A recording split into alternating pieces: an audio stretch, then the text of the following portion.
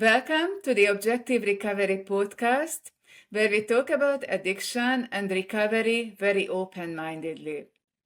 Today, my guest is Christian Biedrzycki, who spent nearly a decade fighting for his life and now feels a calling to help others. He is currently working on a master's degree in social work and plans to become a licensed mental health practitioner to help people with substance use disorders, autism spectrum disorder, trauma-related conditions, and more.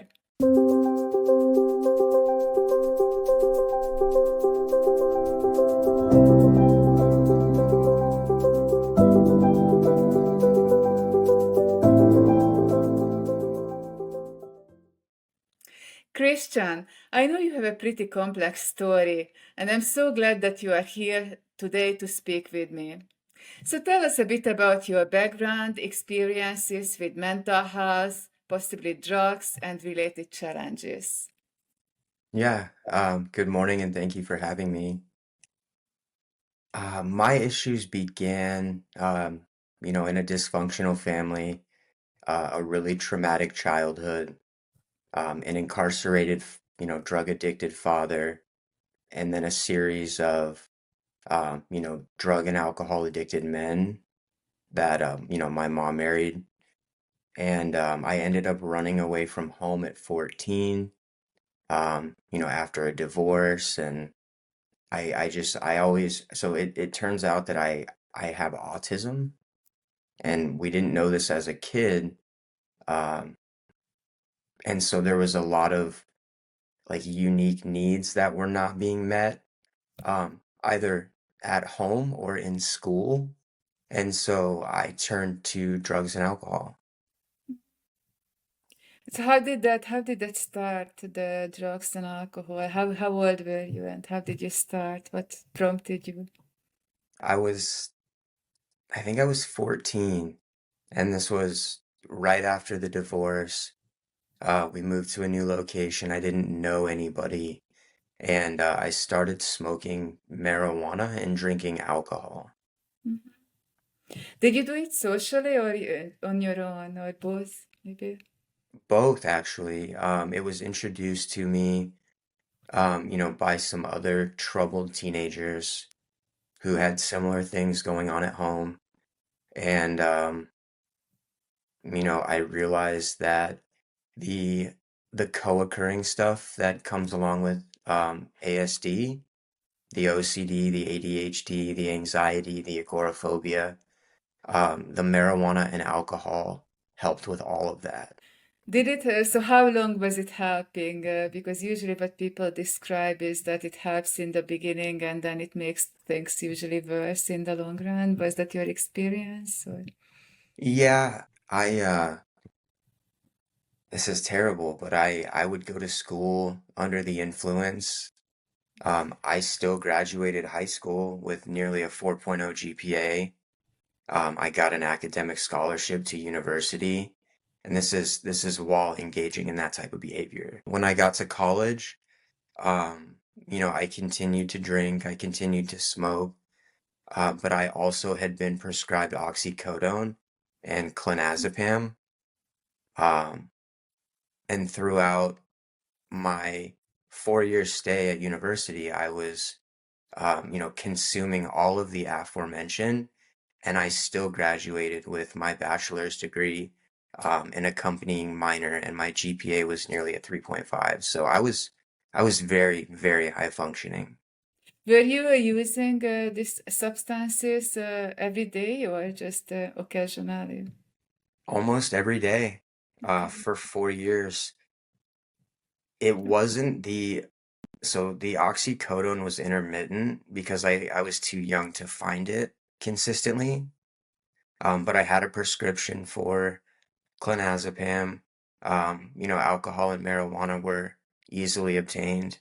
Mhm. And the strange thing is that when I graduated from university, I was able to stop doing everything. Oh, wow.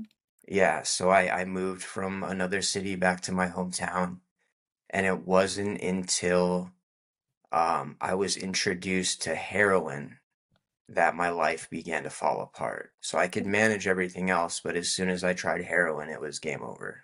Okay, so you stopped the cannabis and the drinking, and then you started on heroin and opioids later on. Well, Focused what on. had happened, I stopped drinking, I stopped smoking, I stopped taking the benzodiazepines. Like I just stopped. I stopped taking everything.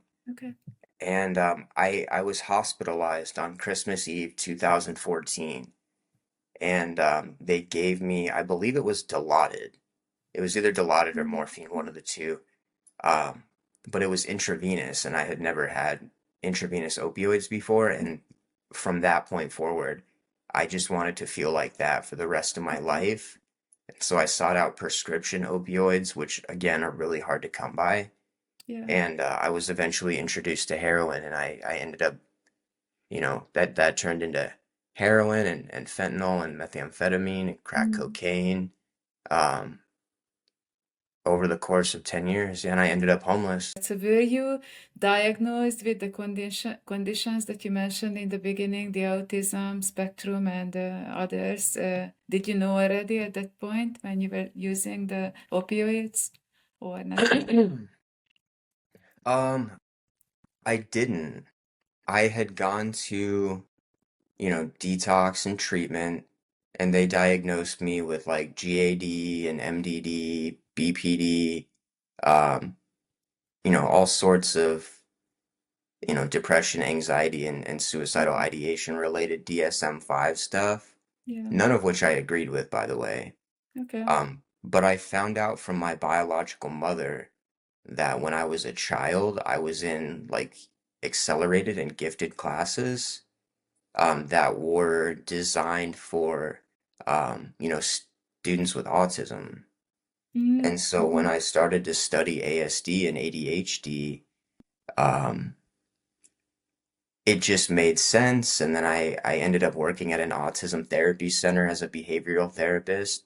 And I could see the similarities between my patients and myself. And I was like, okay, I have level 1 ASD, like, and that's what I was self-medicating my whole life. So it's actually that's a I've heard this from many of our clients and also people just people I know. There is, for example, I have worked a lot in research, and there are for the variety of reasons there seems to be quite a lot of people with autism, the autism spectrum in the research academic research field. So I worked with quite a few people, and they reported very similar stories, and then they Yeah. started, compensating with some other behaviors, sometimes substances, sometimes others. I was never diagnosed with autism, but I definitely have traits. And I my, can see them. I wasn't yeah, you gonna say can? Okay. anything. Interesting. Yeah, but it's Interesting. not a bad thing. Mhm. No, I don't think it's a, so, but I'm just curious. So you guys see, what do you see? Just how do you tell? It's the high intellect, your communication style, and the involuntary like head and hand movements. Okay. It's accentuated, which I do that too. I've never Okay. seen myself from a third person perspective, but when I really started being mindful of it, I was Yeah. like, oh yeah, this like absolutely makes sense. Yeah, interesting. Thank you. Thank you for the Yeah. feedback. Yeah, that's super interesting. So then what happened? So you were using opioids and different drugs. So what happened to continue?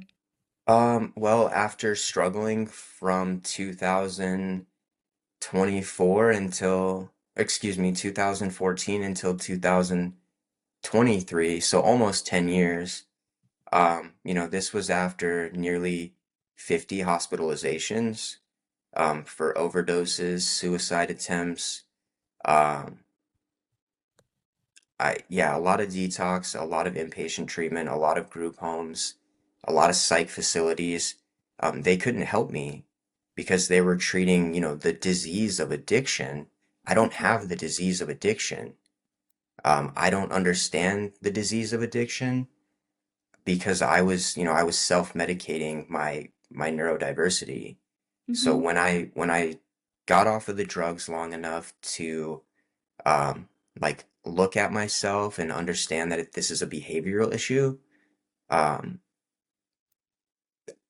I was able to kind of treat myself. I developed my own modalities of treatment, my own methodology and theories, some of which involve psilocybin.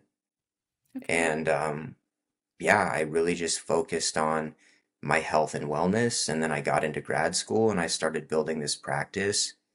And, I do believe in God or like the universe, like something out there spared my life because the last day that I used, I got on my hands and knees and I actually prayed. And I've Mhm. been clean since. So would you say that you had a spiritual experience or awakening on that day? 100%. Okay. Like I said, I was contemplating that fifth suicide attempt. In my old apartment bedroom, I had just lost a high-paying job, and I mean, I was delivered right then and there. Like the insanity, the desire to hurt myself, and the desire to continue drinking and using had been taken from me right then and there. And so then what did you do after that?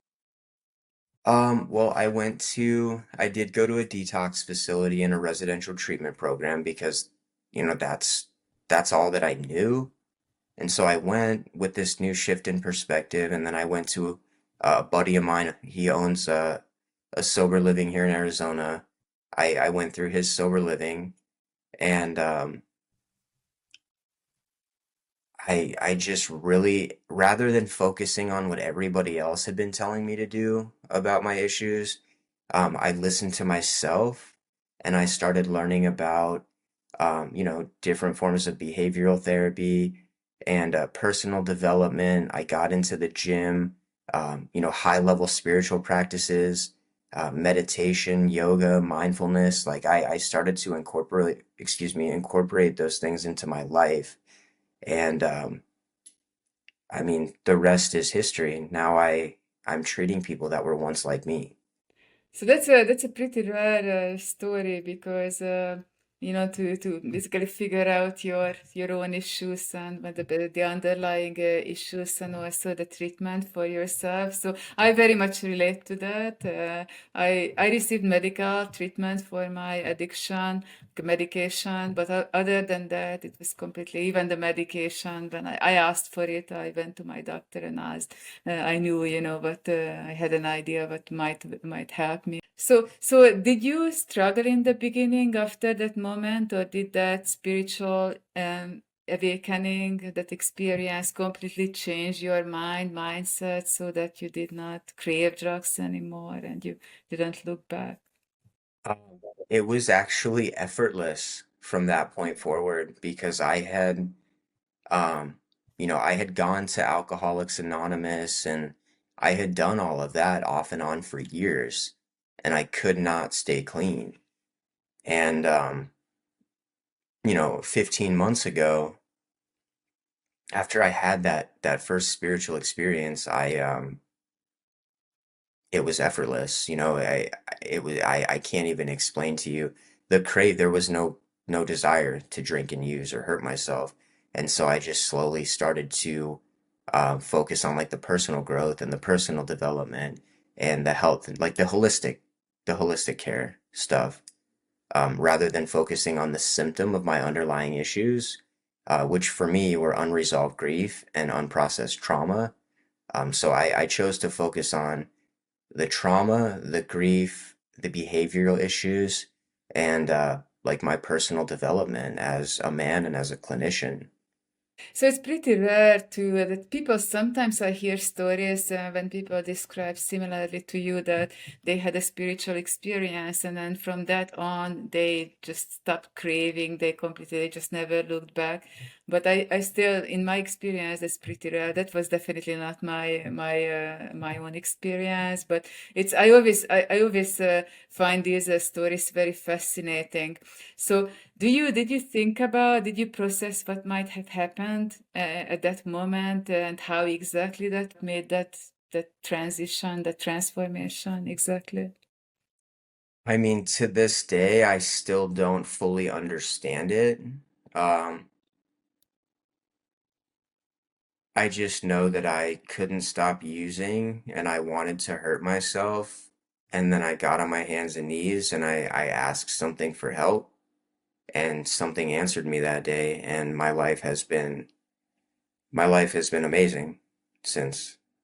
Usually, one thing that people often describe when such a big change happens suddenly and they never look back is that it's the result of some kind of really intense trauma, that their life completely collapses. They experience really big losses, or death, or just near death experience. But it sounds like you did not have that. You just had that moment. Well, so I have had so many near-death experiences, and the woman I was going to marry, she committed suicide. My best friend committed suicide. My biological father overdosed, on my 30th birthday. And that stuff was all super traumatic, but none of it was traumatic enough for me to get myself together. And it's possible that it was the contemplation of that fifth suicide attempt because like I had already tried so many times. So like by process of elimination, I knew what would work. And I did form a plan, but instead, I just felt compelled to just give up and like let go of it. And just like I was willing to do things differently. And I can't even explain it. I don't understand it. You said that you tried treatments before, so can we just recap what those treatments were that did not work for you? Yeah. Um, I mean, I had been to some very expensive, very luxurious rehab centers in the past, all over the country. A lot of detoxes. I had tried medication-assisted therapy, so methadone and buprenorphine. Um, I was already familiar with like cognitive behavior therapy and dialectical behavior therapy. I had done a little bit of EMDR and like, biofeedback stuff, and none of it was really ever effective. But a friend of mine, she's actually an RN. She introduced me to psilocybin when I was only like 2 months clean. I was living in the sober living too. And I went and hung out with her one time and we did mushrooms together, and I realized there is so much therapeutic value to psilocybin. And then I started researching psychedelic assisted therapy. And then I started to go to therapy, like in conjunction with consuming psilocybin, illegally, mind you, Mhm. behind closed doors. And then I came to find that licensed clinical social workers in other states are actually allowed to use psilocybin. Oh yeah, Um, is that true? yep. I And didn't so know. it's like the universe has had a plan for me this whole time. Okay, so basically you are saying that you started you using the psychedelics, psilocybin and psychedelics after that spiritual experience that we discussed, that you were not using the psychedelics before that? I had never taken well, excuse me. I had done mushrooms once and acid like twice in college, but I hadn't touched psychedelics in over a decade. I wasn't on any psychedelics when I had that experience, but after that experience, I spent about 6 months consuming psilocybin like once a month or like, every 2 weeks, and then going to therapy to process um, the experience. So basically, I'm asking these many questions about that experience because I just wanted to understand this really the spiritual experience that you had. It sounds like it was spontaneous, so it was definitely not Yeah, drug used. So no, it was not. that's the most fascinating thing that you started actually the psychedelics that typically lead people to those spiritual experiences, but you had it before, so. Yeah, I had the spiritual experience. It wasn't drug induced, so it wasn't, synthetic. It was an authentic spiritual experience. And then after that, I got into psilocybin not for the spiritual experience possibility, more so for the neuroplastic properties and what we know psychedelics can do for someone's mental health. So were you only using the psilocybin or other psychedelics as well? So I actually, for a very short period of time, I had access to psilocybin, ibogaine, and I believe it was mescaline. She's she's a wellness shaman and a healer, much like myself. She's also an RN, similar story. And I met her through some mutual friends, and that woman really, really helped me with my mental health toward the beginning. The psilocybin was most effective, and then I did ibogaine once, and that really helped me with like my ADHD and my emotional dysregulation. It was just too long in duration, and I didn't have time to do that one repeatedly. Were you usually taking high doses, like macro doses, or did you also microdose? The most I had ever taken in one session was about 3.5 grams. Normally, I started off with 1 gram, and then I worked my way up to two, and then one time I was just kind of seeing what the potential was, and so I took almost 4 grams. That was too much. Yeah. Usually it was right around two. That seemed to be most effective for me. Okay. That's still on the higher end, so that's I wouldn't describe it as microdosing, definitely. So, and do you ever, just one question about the psychedelics. I'm always curious that when people start using that, people who previously had issues with drug abuse, substance use, uh, did you ever, did it ever cross your mind to use it to basically abuse the psychedelics in any form or not at all? No, my intentions were pure. When I was in college, I had taken them with the intent to have a good time.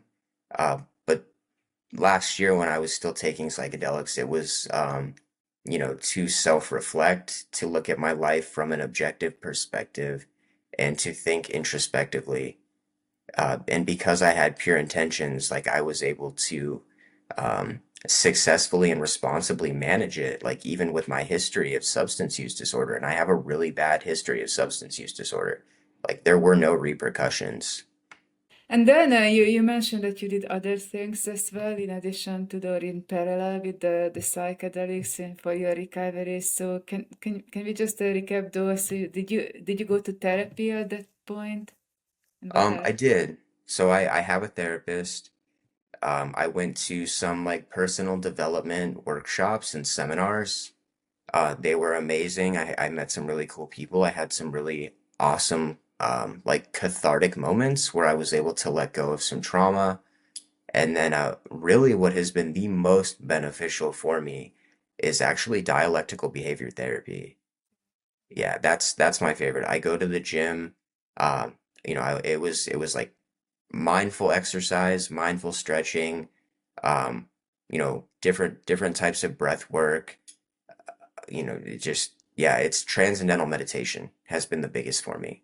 Yeah. So the DBTs, I like that because that's I don't know if that's your experience, but many people can actually learn it and practice it. They learn it in therapy first, and then it's something that you learn the skills, and then you can do it on your own. Was that your experience as well? So I had heard the terms mindfulness and meditation like in Alcoholics Anonymous, but I don't think very many of those people actually incorporate it into their lives. I had also heard of dialectical behavior therapy when I was in rehab, but I didn't know how to do it, and I had very little experience with yoga. I was just doing it intuitively. I was listening to my body and like whatever felt good, um, that's just what I did. And then I learned the term transcendental meditation from my buddy Anthony, and I everything kind of just came together, and then I started to realize like, oh, I know the terminology for what I'm doing intuitively. Super interesting. So the transcendental meditation, can you just describe in a few words what is specific about that form of meditation and how it's different from others? That's the first one well, excuse me. So I was doing holotropic breath work, which is like 3 rounds of 8 to 11 minutes. Have you heard of that one? Yeah, yeah. that was my personal favorite toward the beginning because of what it does to the sympathetic and parasympathetic nervous systems and amygdala. I had some amazing, amazing experiences Yeah. um, that helped with some childhood trauma. Mm. And then I got into like in the steam room, I was doing um, a little bit of box breathing, but for an extended duration of time. And then I learned from my buddy Anthony that it's called transcendental meditation. So Yeah, it's where I basically would it was the breath work, but that's actually scientifically approved as well, proven. As you may know, that has benefits for anxiety. I used it myself, so breath work, different breathing exercises, and I had similar experiences that really helped my anxiety. So it's a I um, good way. still rely heavily on meditation. I Mhm. try to be as emotionally regulated and balanced as possible. We know people with ASD struggle with emotional and Yeah, neurological regulation. I'm sure you know that as a neurologist. yeah. Um, I don't like pharmaceuticals. I'm not going to treat a symptom when I can, treat the underlying issue with meditation. So Yeah. you were actually not taking any prescription medications in your recovery? Toward the beginning, I was prescribed Lyrica for insomnia and anxiety, but I've taken every SSRI, SNRI, and antipsychotic on the market. I mean, Mm. they had me medicated for 10 years to the point that like I didn't even know who I was anymore. Yeah.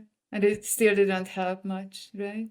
No, because I had unresolved trauma and unresolved grief, and I wasn't aware of the fact that um, you know, I don't like I have sensory processing issues and a different communication style and um, the emotional dysregulation. I didn't know about all of the underlying issues until I got off the drugs, until I got off the psych meds, um, and until I was introduced to psilocybin and able to look at myself from like a third person perspective.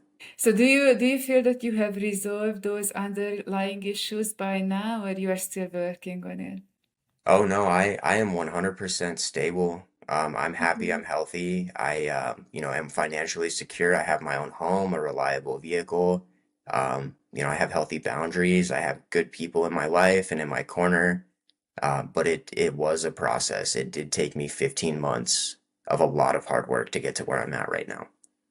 15 months is not even very long. Many people struggle much, much longer after such Yeah, a history, even much less of substance use and other problems. You had a very heavy load. So I I would say did. that I would say that your recovery, based on what you described, was pretty fast and very And effective. I owe it, and so this is what I tell my peers. The neuroplastic properties that psilocybin has, in conjunction with DBT and CBT, those are the reasons that I am where I am today.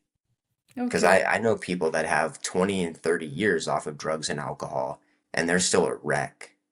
Yeah, yeah, definitely. Same. I know many like that as well.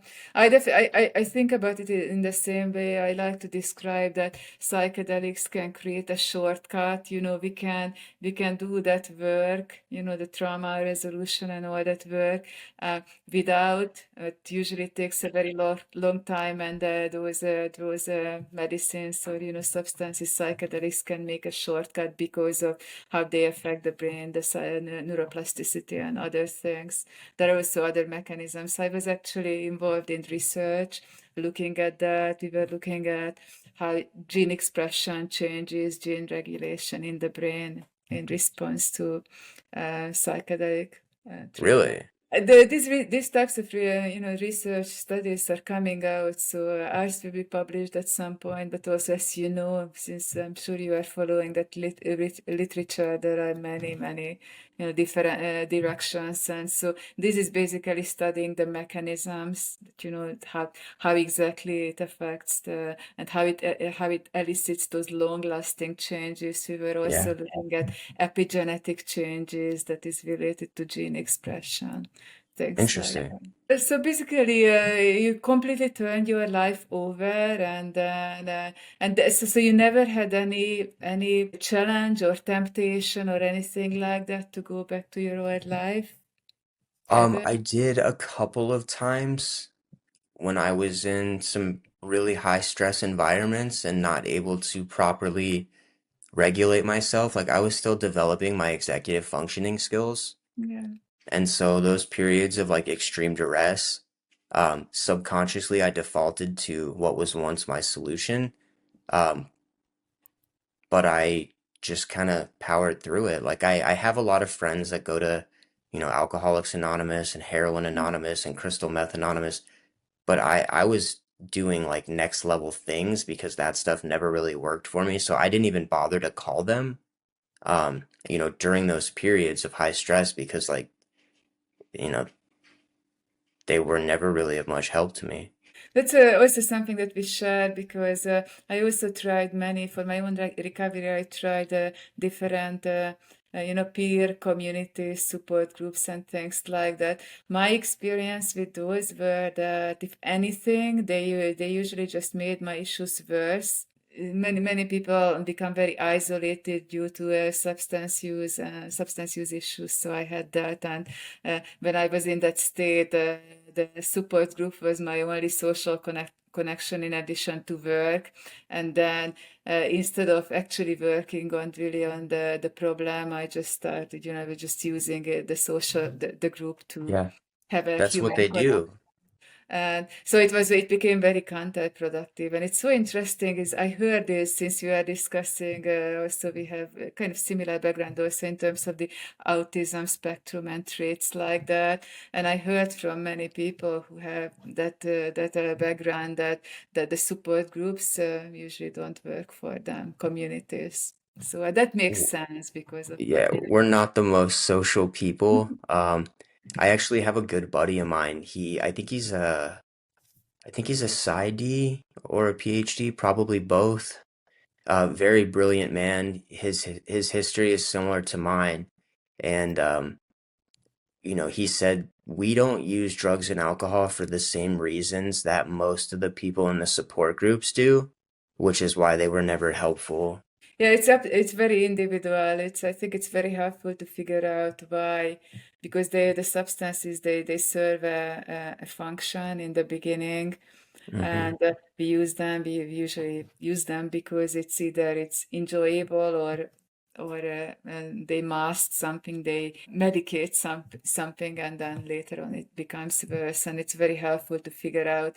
Interestingly, when I was in support groups, very often I heard that the people were very much against figuring out why we drank, Yeah. why we used, and saying that we just have to stop and change behavior. It's a behavioral problem. We don't need to do all that, contemplation and that analysis. I completely disagree with that. I think it can be counterproductive if you get stuck in at the thinking stage, and if you don't do anything, and just keep thinking and don't actually resolve in practical terms the issues in your life.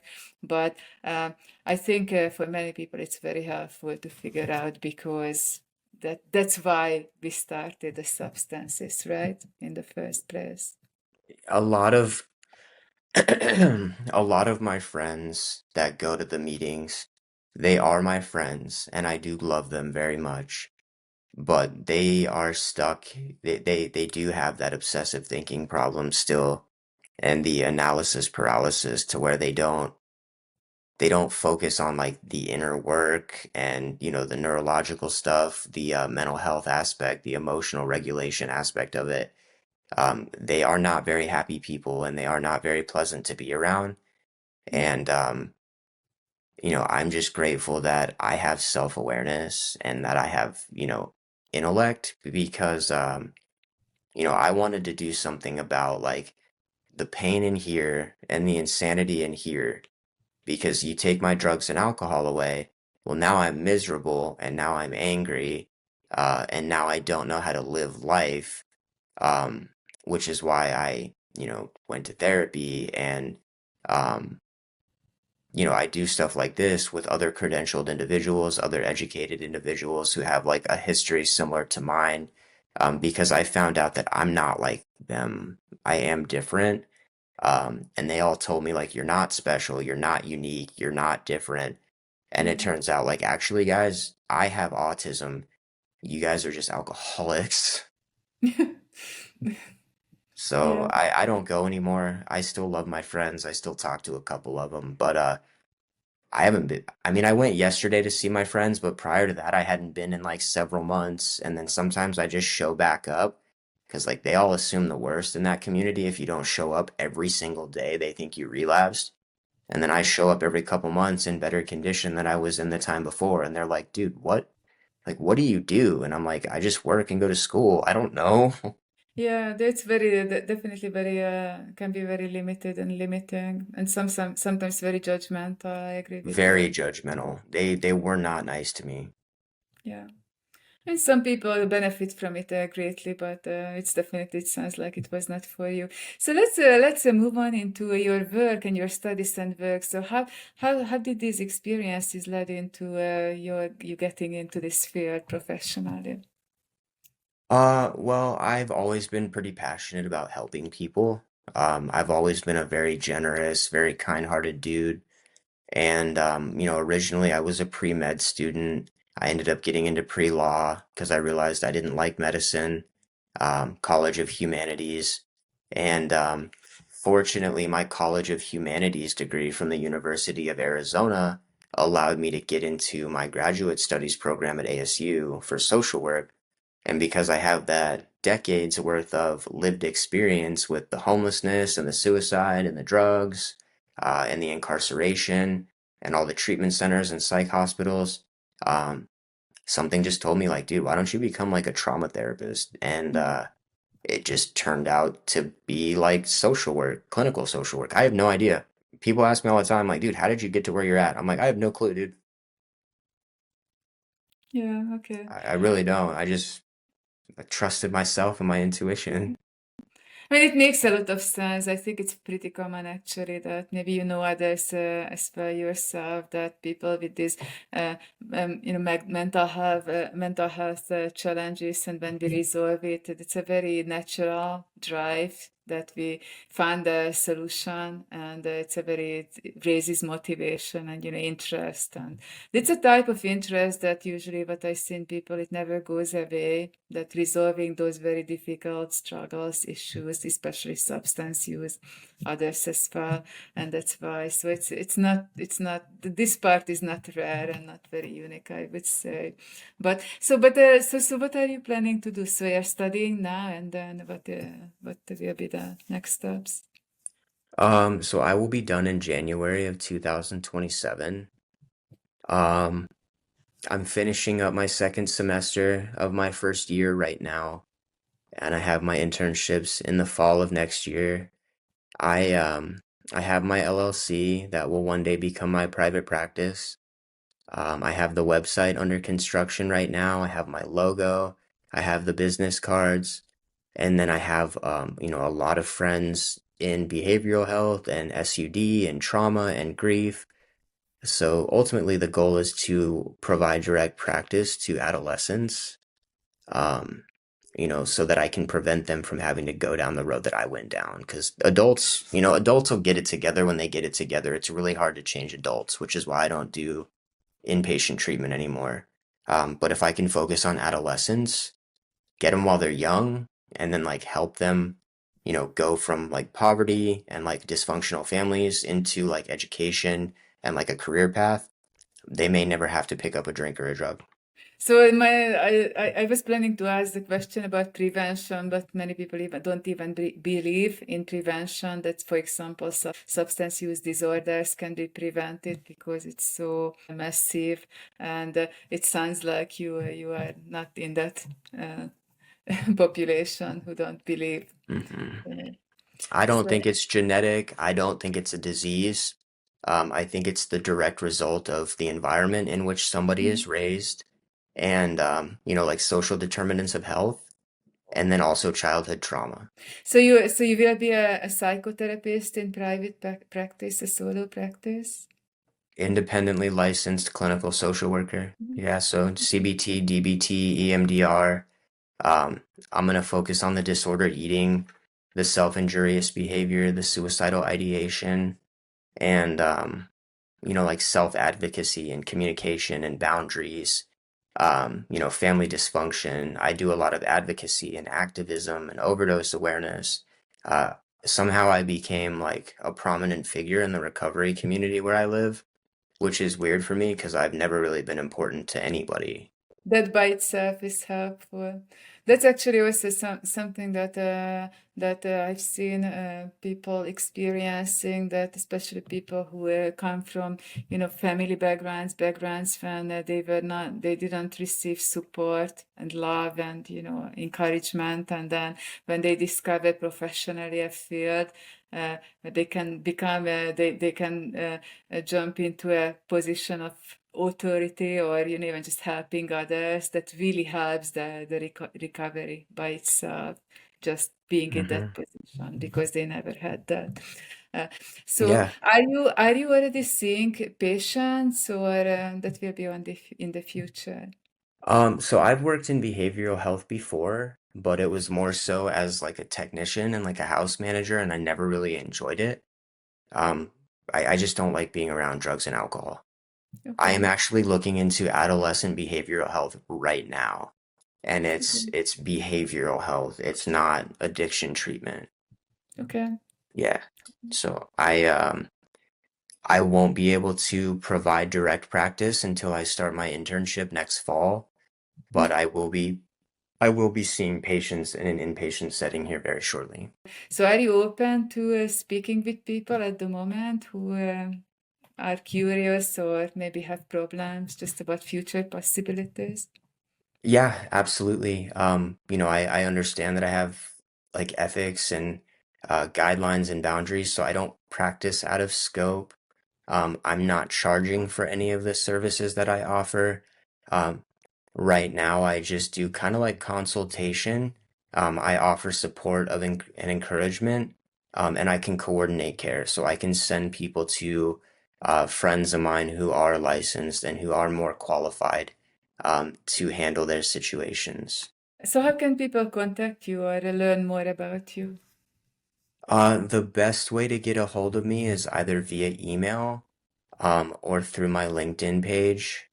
I do have the website right now, but it's under construction, so it's just pretty to look at. But the best way to get a hold of me via email or through my LinkedIn.